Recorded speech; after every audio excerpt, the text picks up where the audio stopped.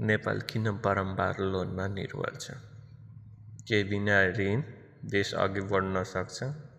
उत्तर छ सक्छ, तर सुधार चाहिँ। पहिलो नम्बरमा उत्पादन बढाउनु पर्छ, विदेशबाट किन्ने होइन, देशमै बनाउने। कृषि उद्योग बलियो भयो भने पैसा देशमै घुम्छ।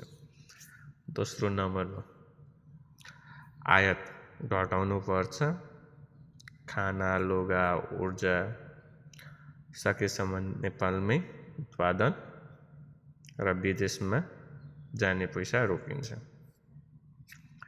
तेस्रो नम्बरमा भ्रष्टाचार अन्त्य गर्ने पक्ष, देशको पैसा लुटिँदा विकास कहिले हुँदैन।